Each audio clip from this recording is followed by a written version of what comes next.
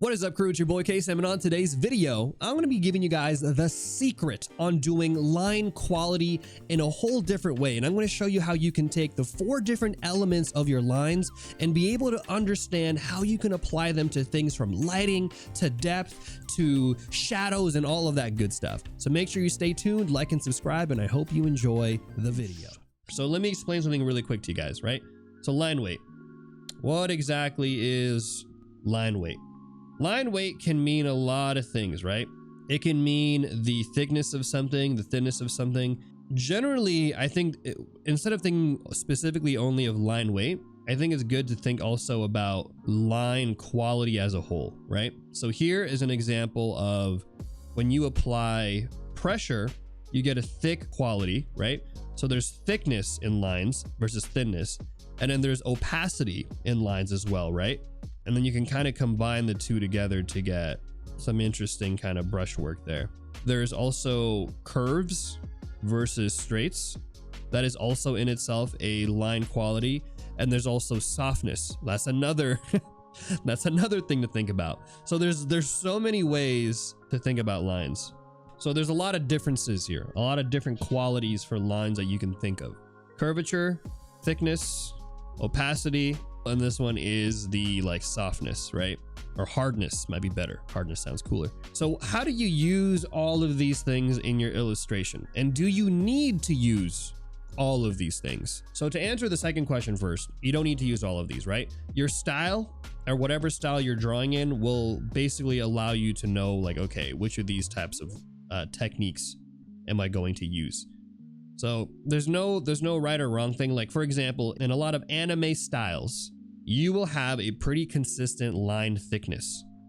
Now there are going to be exceptions. Like for example, One Piece had a new season called Wano, the Wano arc of One Piece, where they did go for a more brush line stroke, which will give you different variances in thickness and stuff. But for the most part, you're going to be focusing on some of these maybe 4 core components. Curvature, the way that you can think about curvature is this, right? How angled is your character design?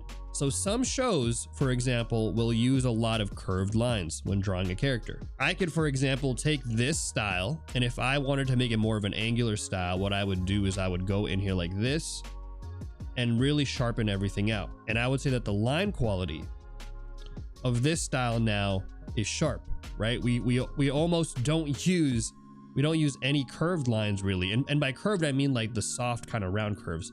This, you can still have curvature, but having those straight sharp lines are going to turn into a completely different style. And so a good example of this would be Legend of Vox Machina has a very angular style. Everything from, you know, the eyes are going to be angular, right? Very sharp, very boxy, angular style versus maybe a more flowy style like Castlevania, which has eyes that kind of go like this, right? They're kind of more flowy. So you have different varieties that you can use to create different looks and feels. So that's like one thing to keep in mind. You have variety there using curves versus straight. So that's what curvature means. Utilizing straights versus curves, and how does that get conveyed in the illustration? When you talk about thickness is kind of interesting because you can use thickness in many different ways, like with any of these techniques. Thickness oftentimes can be used to denote the importance of something. For example, like yes, you can make the eyes thicker because of eyelashes, but also by making this section thicker, it does stand out. Having a thickness there in the eyes can make it stand out. Similarly, if you have, let's say, a very dynamic pose, you can also use thickness. So imagine here, this is a person's head and they're doing some reaching out technique thing. Their arm is reaching out here like this, and maybe they're giving you a thumbs up. So sometimes you can use thickness to also denote depth. And so you can kind of make this line a little thicker because you want this to kind of stand out and kind of push forward into space, right? You can even exaggerate that further. Maybe we'll actually, he's got like a really foreshortened arm here. The dude is just really excited to give you a thumbs up like this. You can use thickness to convey stuff like depth as well. So that's where you can use thickness. You can also use thickness to denote lighting. For example, let's say there's a light here coming this way. You can use lines to denote where shadow is by giving one section of it a thicker line. But you can also use lines here to denote like how thick, or not how thick, how dark or how light something is. So for example, the more closer something is to the light, maybe the more faded or the more thinner those lines get, right? And sometimes you might even get it to a point where you're omitting lines altogether. This is a pretty common technique you'll see in clothing. So let's just say this character had like a long sleeve shirt, and that long sleeve shirt was kind of getting wrinkly. What you might do is you might add the lines and the thickness of the lines and all that stuff over here on one side. And then as we get to the outer portion here where the light's going to be, like this section of the clothing, we might actually maybe thin out the fabric quite a bit. Here, we might actually say, okay, the light's coming in this way, so let's make this a little bit softer. And by doing that, you can also create the illusion of lighting just from using differences in lines. So now this area right here, we might soften out some of the folds, but as we get to closer to wrapping around here on the arm, right, all of that stuff, all those folds. This one's a little bit of a harder technique to grasp because it requires you to also understand lighting.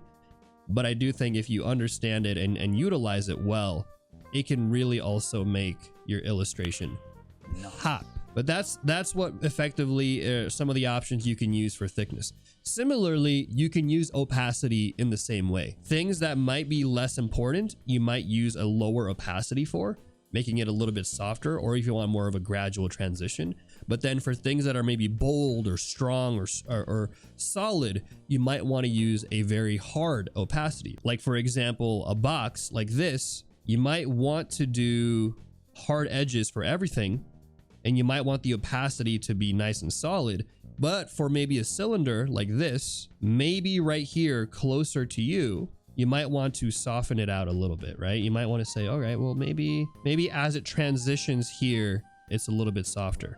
And so you can use opacity in the same way that you would with thickness. You can use it to convey lighting. You can use it to convey depth. You can use it to convey importance. You can use it to convey texture, right? Like there's so many ways to use it. And then last but not least, we have hardness. And hardness and softness, I think, is, you can use it in the same ways as well. But I think the primary reasons why you would vary up something that's being soft or hard is more for texture and denoting form. So for example, here, if you wanted to make this feel more like a soft edge, what you would do is effectively use a softer brush. And that softer brush would give you more of a softened transition. It'll kind of make it feel like this thing is a rounded edge, as opposed to this part right. This edge is over here, like these here. So there you go. That is to answer your question in the best way that I can about lighting and how lighting works and how you can use the line quality and stuff. I think that might answer your question.